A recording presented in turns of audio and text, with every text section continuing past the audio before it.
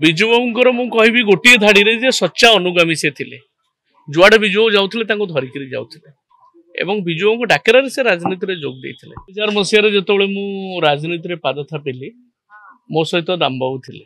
ମୋର ଆଜି ମନେ ପଡି ଯାଉଛି ସେ ତାଙ୍କର ଫିଏଟ୍ କାରରେ ମତେ ତିର୍ତ୍ତୋଲ ତାଙ୍କ ଘରୁ ପ୍ରଥମ ସଭା ମୋର ଯୋଉ ରାଜନୈତିକ ସଭାକୁ ସେ ହିଁ ମତେ ସାଥ ଦେଇ ନେଇଥିଲେ ମାନ୍ୟବର ମୁଖ୍ୟମନ୍ତ୍ରୀ ନବୀନ ପଟ୍ଟନାୟକଙ୍କ ନିର୍ଦ୍ଦେଶରେ।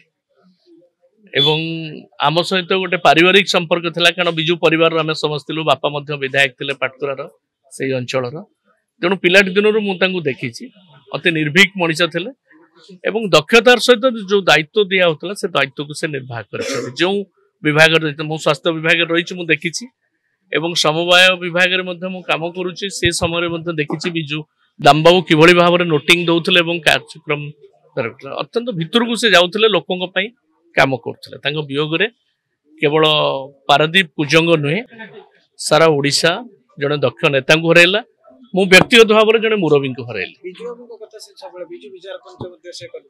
शुणु बिजू बाबूर मु कहबी गोटे धाड़ी जे सच्चा अनुगामी से थिले।